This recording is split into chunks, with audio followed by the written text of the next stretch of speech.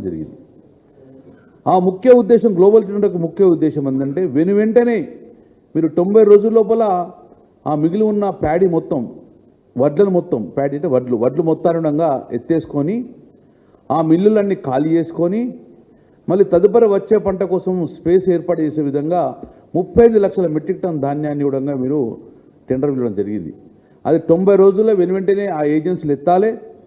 ఎత్తిన తర్వాత ఇమ్మీడియట్గా 90 రోజుల లోపలనే మీరు సుమారు 7,650 కోట్ల రూపాయలు ఆ ప్రభుత్వానికి ఆదాయి అంటే 2,007 పర్ క్వింటాలు ఇంటూ 35 లక్షల మెట్రిక్ టన్ ధాన్యానికి సుమారు 7,650 కోట్ల రూపాయలు ప్రభుత్వానికి జమ చేయాలి 90 రోజులు. అంటే దగ్గర డిసెంబర్ నుంచి అంటే ఫిబ్రవరి మాసం లోపలనే మీరు ఫిబ్రవరి 25 లోపలనే 24 లోపలనే మొత్తం 90 రోజుల లోపల కట్టాలి.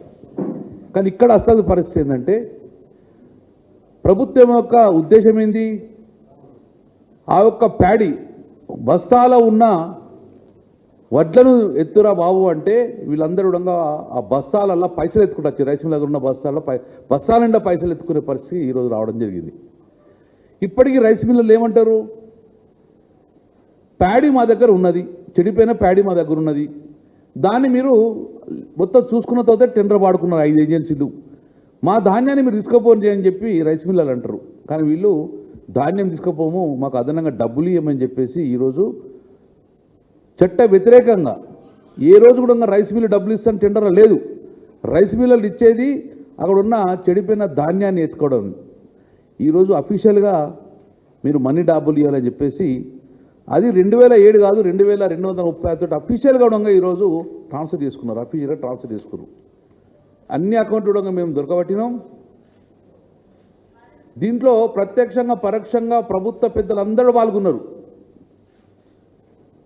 సో మరి 90 రోజుల లోపల మీరు కట్టవలసిన 7,600 రూపాయలు కట్టలేదు.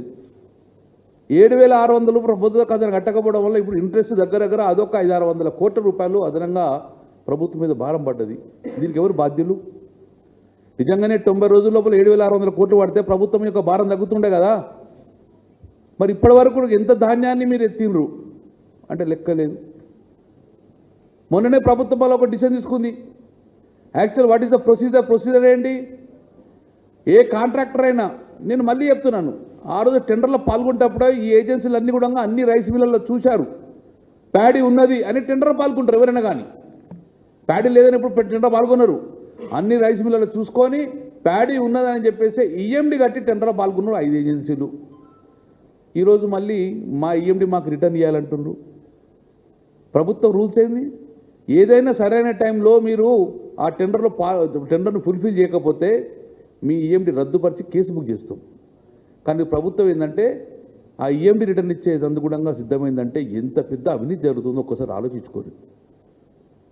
ఎంతమంది పెద్దలు బతుకున్నవడంగా ఎక్కడ అవకాశం లేదు. ఇప్పుడు ఏసీబీకి ఇస్తున్నాం, మేము సిబిఐకి ఇస్తున్నాం, డిఆర్ఐకి ఇస్తున్నాం, ఎఫ్సిఐకి ఇస్తాం, విజిలెన్స్కి ఇస్తాం. ఇప్పుడు ఏసీబీ నేను క్వశ్చన్ చేస్తా, అంటే వస్తారుగా మా మీదకి, మరి దీని మీద రావాలి. ఇప్పుడు మీరు ఇమ్మీడియట్గా విజిలెన్స్ అవన్నీ కూడా రావాలి.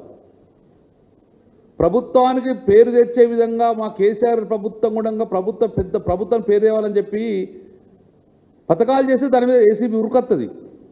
కానీ ప్రభుత్వ ఖజానాను ఖాళీ చేసి యథేచ్ఛగా డబ్బులు వసూలు చేస్తే కూడా ఇప్పుడు ఏసీబీ రావాలని చెప్పి మేము డిమాండ్ చేస్తున్నాం. ఏసీబీ బిజినెస్ అన్నీ రావాలి, దర్యాప్తు జరపాలి. నిజంగా రేవంత్ రెడ్డి గారు, నీ ప్రభుత్వం నిజంగా చిత్తశుద్ధి ఉంటే అవినీతికి వ్యతిరేకంగా మీరు అంటారు కదా, దీన్ని మీరు ఇమీడియట్ దర్యాప్తు చేయాలి. 17 నెలలే మేము చెప్తున్నాం. ఎందుకు దర్యాప్తు సంస్థలు ముందుకొత్తలేవు? ఎందుకు దీని ఎంక్వైరీ జరుగుతలేదు? ఏంటి లాలూచి? ఎక్కడ లాలూచి జరుగుతుంది మాకు తెలియదా? ఎవరు దీన్ని ఇన్వాల్వ్మెంట్ తెలియరా? మేము ఒకటే డిమాండ్ చేస్తున్నాం, ప్రభుత్వ ఖజానాకు రావాల్సిన డబ్బులు ప్రైవేట్ ఖాతాలకు వెళ్ళింది. దీన్ని ఇమ్మీడియట్గా ప్రభుత్వం యొక్క డబ్బును రికవర్ చేయాలి, యాక్షన్ తీసుకోవాలి. మేము పోరాడుతూనే ఉంటాం. ప్రభుత్వ ఖజానాకు డబ్బులు జమ అయ్యే వరకు, న్యాయంగా వచ్చే డబ్బులు వచ్చే వరకు బీఆర్ఎస్ పార్టీ పోరాడుతూనే ఉంటుంది. ఎన్ని దర్యాప్తు సంస్థన అడుగు పెడతాం, ఎన్ని దర్యాప్తు కడుపు దొక్కుతాం, ప్రతి ఒక్కరు తలుపు తడతాం. ఎట్టి పరిస్థితుల్లో ఈ యొక్క ప్రభుత్వ ఖజానా గండిపడ్డ అంటే ఎవరైనా దోషులుగా ఉంటే డెఫినెట్గా వాళ్ళను శిక్షించే విధంగా మేము వెంబడబడతాం. ఇది క్లియర్గా ఇప్పటి వరకు ఇప్పుడు సిబిఐ ఈడీ కూడా పంపిస్తున్నాం, డిఆర్ఐకి ఇస్తాం, హైకోర్టుకు పోయినాం. పెద్ద బాధ ఏంటంటే ప్రొసీజర్ ప్రకారము పంజగుట్ట పోలీస్ స్టేషన్లో 2024 సంవత్సరంలో అయితే ఇంతవరకు ఎఫ్ఐఆర్ ఇష్యూ కాలే. ఎందుకు భయం? ఎఫ్ఐఆర్ ఇష్యూ చేయొచ్చు కదా. వాటికనే మా వాళ్ళ ఒక ట్వీట్ను ఫార్వర్డ్ అయితేనే తీసుకుపోయి దగ్గర 15 రోజులు జైలు వారేసిండ్రు మా వాళ్ళను. ఎఫ్ఐఆర్ ఇమ్మీడియట్గా అయిపోతుంది అప్పుడు. దాని తర్వాత హైకోర్టు ఆశ్రయించాం మీ ఎఫ్ఐఆర్ కాలేదని చెప్పేసి 17 సార్లు అది ప్రభుత్వం కూడా కౌంటర్ దాఖలు కూడా ఇంత దాఖలు చేయలేదు. ఎందుకు భయం మీకు? ప్రభుత్వ ధనం దుర్వినియోగమైంది, పెద్దల చేతులకు చేరింది, మధ్యవర్తులకు చేతులకు జరిగింది, ఖజానాకు గండి పడ్డది.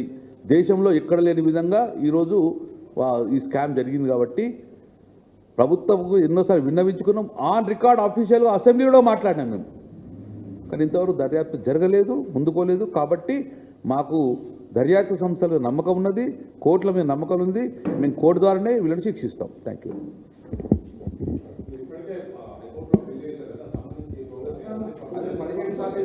కౌంటర్ దాఖలు చేయలేదు ప్రభుత్వం. హైకోర్టులో ప్రజా ప్రయోజనాల వాద్యం నేనే స్వయంగా దాఖలు చేయడం జరిగింది. పిల్ నంబర్ 34/24. ఇప్పటికీ 17 వాయిదాలు 17 నెలలు గడిచింది. 17 సార్లు అడ్వకేట్ జనరల్ గారు